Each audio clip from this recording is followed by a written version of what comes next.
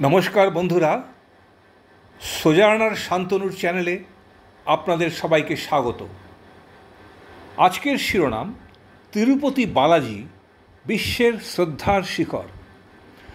আপনি যদি কখনো তিরুপতির পথে যান, দেখবেন দূর থেকে পাহাড়ের বুক চেড়ে উঠে আসছে এক মন্ত্রমুগ্ধকর দৃশ্য, যেন প্রকৃতি নিজেই ভক্তির প্রতিমা গড়ে তুলেছে। এই সেই শ্রী ভেঙ্কটেশ্বর স্বামী মন্দির, যাকে অনেকেই বলেন তিরুমালা তিরুপতি দেবস্থানম, বিশ্বের অন্যতম ধনী ও শ্রদ্ধেয় তীর্থক্ষেত্র। তিরুপতি শহরটি অন্ধ্রপ্রদেশের চিত্তুর জেলায় অবস্থিত। নিচে তিরুপতি শহর আর উপরে 7 পাহাড়ের মধ্যে সপ্তম পাহাড় ভেঙ্কটেট্রি, যেখানে শ্রীনিবাস, বালাজি বা ভেঙ্কটেশ্বর স্বামী বিরাজমান। বলা হয় এই 7 পাহাড় স্বয়ং আদি শেষ নাগের 7 ফণা, যার উপরে শ্রী বিষ্ণু বিশ্রাম নিচ্ছেন। পুরাণ অনুযায়ী কলিযুগে মানুষ যখন পাপ ও ক্লেশে জর্জরিত, তখন ভগবান বিষ্ণু নিজেই অবতার নিলেন ভেঙ্কটেশ্বর রূপে, যাতে ভক্তদের মুক্তির পথ দেখাতে পারেন। এখানে দেবী লক্ষ্মী রূপে বিরাজমান পদ্মা দেবী, যিনি পদ্মাবতী দেবী, যিনি তিরুপতির নিচের শহর তিরুচানুরে নিজস্ব মন্দিরে পূজিতা হন। একটি চিরন্তন কিংবদন্তি আছে, একবার দেবতা ও দেবীগণ বিষ্ণুর বিবাহের জন্য স্বর্গীয় মহাযজ্ঞ আয়োজন করেন। তখন ভেঙ্কটেশ্বর ও পদ্মাবতীর বিয়ে হয় এক ঐশ্বর্যময় উৎসবে, এবং সেই বিবাহের স্মৃতিতেই আজও তিরুপতিতে প্রতিদিন হাজার হাজার ভক্ত শ্রীনিবাস কল্যাণম উৎসব করেন। তিরুমালা মন্দিরটি দ্রাবিড় স্থাপত্যের এক অসাধারণ নিদর্শন।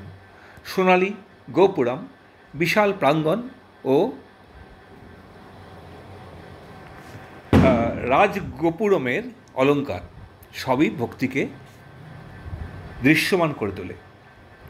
মন্দিরের প্রধান গর্ভগৃহে দাঁড়িয়ে আছেন ভগবান ভেঙ্কটেশ্বর, কালো গ্রানাইট পাথর নির্মিত দেবমূর্তি, কিন্তু মুখে অপার্থিব উজ্জ্বলতা, মাথার সোনার কিরিট, হাতে শঙ্খ ও চক্র। প্রতিদিন এখানে 50 থেকে 80 হাজার ভক্ত দর্শনের জন্য আসেন। বিশেষ উৎসবের সময় সেই সংখ্যা পৌঁছয় লক্ষাধিকে। তিরুপতির এক বিশেষ পরিচিতি লাড্ডু প্রসাদম। এটি শুধু একটি মিষ্টি নয়, এটি ভগবানের অঙ্গভূত প্রসাদ বলে মানা হয়। তিরুমালা তিরুপতি দেবস্থানম প্রতিদিন লক্ষাধিক লাড্ডু প্রস্তুত করে, যা বিশ্বের সবচেয়ে বড় ধর্মীয় প্রসাদ প্রস্তুতকারক সংস্থা হিসাবে স্বীকৃত। তিরুপতি বিশ্বের অন্যতম ধনী মন্দির। এখানে ভক্তরা স্বর্ণ, রূপা, নগদ অর্থ, এমনকি দামি অলঙ্কারও দান করেন। হুন্ডি নাম বক্সে প্রতিদিন কোটি কোটি টাকা জমা পড়ে। তিরুমালা দেবস্থানম ট্রাস্ট সেই অর্থ সমাজসেবা, হাসপাতাল, শিক্ষা ও দুর্যোগ সহায়তায় ব্যবহার করে। তিরুপতি পর্যন্ত রেল ও সড়কপথে সহজে পৌঁছানো যায়। চেন্নাই থেকে প্রায় 150 কিলোমিটার দূরে, তিরুপতি থেকে উপরে তিরুমালা পর্যন্ত প্রায় 11 কিলোমিটার পাহাড়ি রাস্তা, যেখানে 2টি পথ, একটি গাড়ির জন্য আরেকটি পদযাত্রার জন্য। অনেক ভক্ত খালি পায়ে মাথায় নারকেল নিয়ে স্তব উচ্চারণ করে পাহাড়ে ওঠেন। এটাই তাদের ভক্তির শ্রেষ্ঠ প্রকাশ। উপরে উঠলে দেখা যায় নানান আশ্রম, পুষ্করিণী, বাগান ও বিশাল গজদ্বার। ভেতরে প্রবেশের আগে সবাই পুষ্করিণীতে স্নান করেন, কারণ মনে করা হয় এখানকার জলে আত্মা পরিশুদ্ধ হয়। সবচেয়ে বড় উৎসব হল ব্রহ্মোৎসবনম বছরে একবার শারদীয় নবরাত্রির সময় পালিত হয়। 9 দিন ধরে নানা আচার, যাত্রা ও সঙ্গীতের সমাহার। তাছাড়া রথযাত্রা, পদ্মাদেবী কল্যাণম এবং নববর্ষ উৎসবেও তিরুপতি প্রাণে জেগে ওঠে।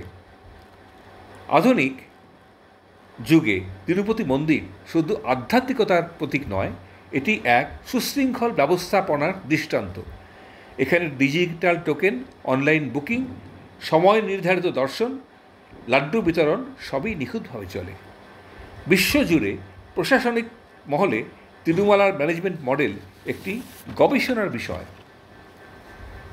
তিরুপতিতে গেলে বোঝা যায় এই ভক্তি কেবল ধর্মীয় নয়, এটি এক জীবনের ধারা। সকাল থেকে রাত পর্যন্ত ভগবানের নাম ধ্বনি, বাতাসে চন্দন আর ফুলের গন্ধ, আর প্রতিটি মুখে আনন্দের দীপ্তি। যখন গর্ভগৃহে প্রবেশ করে আপনি দেবমূর্তির মুখোমুখি হবেন, মনে হবে সময় থেমে গেছে, আপনি আর আপনি নন, এক অব্যক্ত শান্তিতে ভরে যায় মন। তিরুপতি শুধু একটি মন্দির নয়, এটি মানবতার এক সেতুবন্ধন।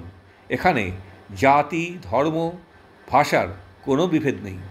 সবাই আসে একটাই উদ্দেশ্যে, এক ঝলক বালাজির দর্শন, এক মুহূর্তের শান্তি।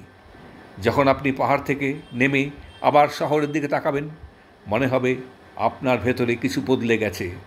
ভগবান যেন নীরবে বলে উঠেছেন, যতক্ষণ বিশ্বাস থাকবে আমি তোমার সঙ্গে আছি।